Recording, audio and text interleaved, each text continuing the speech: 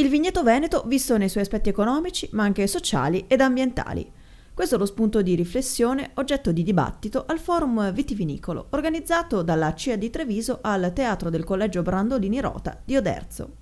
Con 4,2 milioni di ettolitri l'anno, la provincia di Treviso rappresenta il 44% del vino prodotto in Veneto. I numeri sono evidenti e questa è la nostra strada, è questo il nostro mondo. Noi siamo sicuri che stiamo lavorando nel bene, il futuro sarà sicuramente nelle nostre mani. Noi dobbiamo essere intelligenti, come suggeriva il governatore, a intraprendere tutte quelle iniziative volte a non prevaricare gli interessi di nessuno, tantomeno chi nel territorio ci vive solo come semplice cittadino. Noi siamo imprenditori, il territorio è il nostro posto di lavoro, l'ambiente in cui noi operiamo ogni giorno è il nostro futuro, è il posto di lavoro dei nostri figli e rivendichiamo a forte voce, a gran voce, questo nostro ruolo di tutela anche di questo.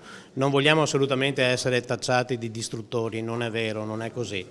Quindi è possibile coniugare la sostenibilità economica a quella ambientale? Certamente, lo dobbiamo fare, è il motivo per cui abbiamo promosso la giornata odierna.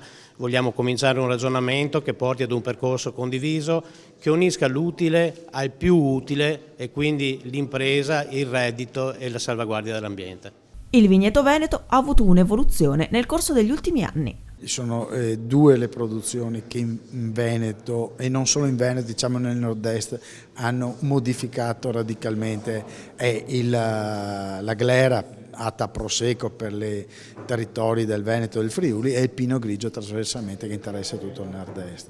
Sono due prodotti che da un punto di vista internazionale stanno avendo successo e conseguentemente il sistema vitivinicolo si adatta a quelli che sono i trend delle richieste sui mercati globali. D'altronde il nord-est è una terra attenta a quelle che sono le esigenze del mercato. Sotto il profilo strettamente economico, la viticoltura e più in generale l'agricoltura non ha un peso così determinante.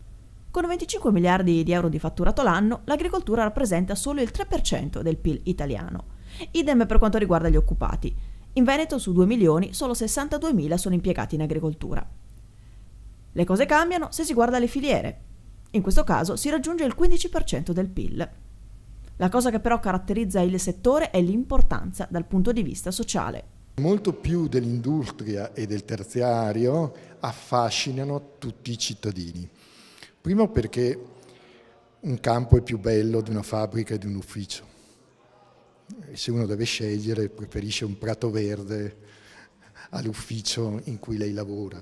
La seconda cosa è perché ha a che fare col mangiare e noi mangiamo ogni giorno. Mentre l'auto la compriamo ogni 5-6 anni, la casa ogni 20 anni, il cibo e il bere è collegato a un'esperienza quotidiana e quindi di qui l'interesse. Prima parte del ragionamento, seconda parte del ragionamento, le criticità. Abbiamo detto che da un lato ci sono le filiere che vanno serrate meglio perché allora si può produrre di più e collegati alle filiere c'è il problema dimensionale, nel senso che solo con maggiori dimensioni si può resistere a una competizione internazionale sempre più agguerrita. Non è un caso, ad esempio, che nelle 15 più importanti società quotate al mondo di viticoltura non ce ne sia nessuna italiana. Ecco. Ed è importante perché se decidono, australiani, americani o cinesi, di fare il prosecco, lo fanno in qualche maniera senza tener conto di tutti i vincoli e delle regole italiane e europee. Quindi quarta sfida a cui accennavo è la necessità assoluta di fare accordi internazionali in sede WTO, in sede CE, in modo da cercare di tutelare al meglio una produzione che in ogni momento rischia di venire assaltata dagli squali più grossi. Almeno in Europa il Prosecco gode della tutela della denominazione, una battaglia vinta mentre Luca Zaia era ministro dell'agricoltura.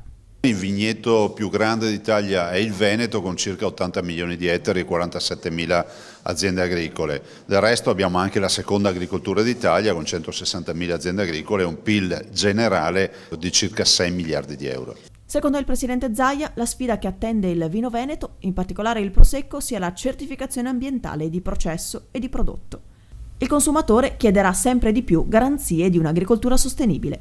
Altra partita fondamentale sarà sulla comunicazione, che dovrà essere il più possibile univoca. In questo contesto entrano in gioco i consorzi. È il tavolo di sintesi, il tavolo di incontro fra ogni espressione produttiva legata a un brand collettivo. Ricordiamocelo, le denominazioni sono marchi collettivi, quindi portano interessi diffusi, interessi di tantissime aziende che spesso non vanno d'accordo, però dobbiamo trovare una chiave di lettura.